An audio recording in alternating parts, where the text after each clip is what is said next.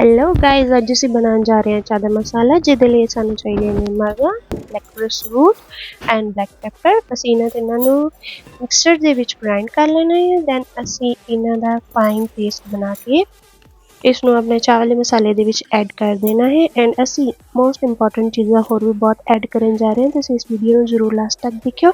ਅਸੀਂ ਇਹਦੇ ਵਿੱਚ ਸੌਂਫ ਜਿਹੜੀ ਹੈ ਤੇ ਸੁੱਕੇ ਹੋਏ ਪੁਦੀਨੇ ਦੀ ਪੱਤੀਆਂ ਤੇ ਦਾਲਚੀਨੀ ਦੀ ਜਿਹੜੀਆਂ ਸਟਿਕਸ ਨੇ ਮਾਰਕੀਟ ਦੇ ਵਿੱਚੋਂ ਅਵੇਲੇਬਲ ਨੇ ਉਹ ਤੇ ਅਜਵਾਇਨ, ਤਿੰਨਾਂ ਚੀਜ਼ਾਂ ਨੂੰ ਅਸੀਂ ਪੀ ਕਰਕੇ ਇੱਕ ਫਾਈਨ ਪੇਸਟ ਬਣਾ ਲੈਣਾ ਹੈ। ਅਸੀਂ ਇਸ ਨੂੰ ਪਲੇਟ ਦੇ ਵਿੱਚ ਪਾ ਕੇ ਅਸੀਂ ਆਪਣੇ ਡੱਬੀ ਦੇ ਵਿੱਚ ਸ਼ਿਫਟ ਕਰ ਲੈਣਾ ਹੈ। ਡੱਬੀ ਤੇ ਤੁਸੀਂ ਨਾ ਜਾਇਓ ਕਿਉਂਕਿ ਪੁਦੀਨੇ ਦੇ ਗੋਲ ਗੱਪਿਆਂ ਵਾਲੀ ਡੱਬੀ ਹੈ। ਸੋ ਅਗਰ ਤੁਹਾਡੇ ਕੋਲ ਨਾ ਸੂਤ ਆਵੇ ਇਸ ਤਰ੍ਹਾਂ ਪਲੇਟ ਦੇ ਵਿੱਚੋਂ ਚਮਚ ਦੇ ਨਾਲ ਆਪਣਾ ਪੇਸਟ ਡੱਬੀ ਦੇ ਵਿੱਚ ਸ਼ਿਫਟ ਕਰਨ ਲਈ ਤੁਸੀਂ ਆਪਣੇ ਹੱਥਾਂ ਦੀ ਵਰਤੋਂ ਦੇ ਨਾਲ ਇਸ ਨੂੰ ਉਸ ਵਿੱਚ ਪਾ ਲੈਣਾ ਹੈ।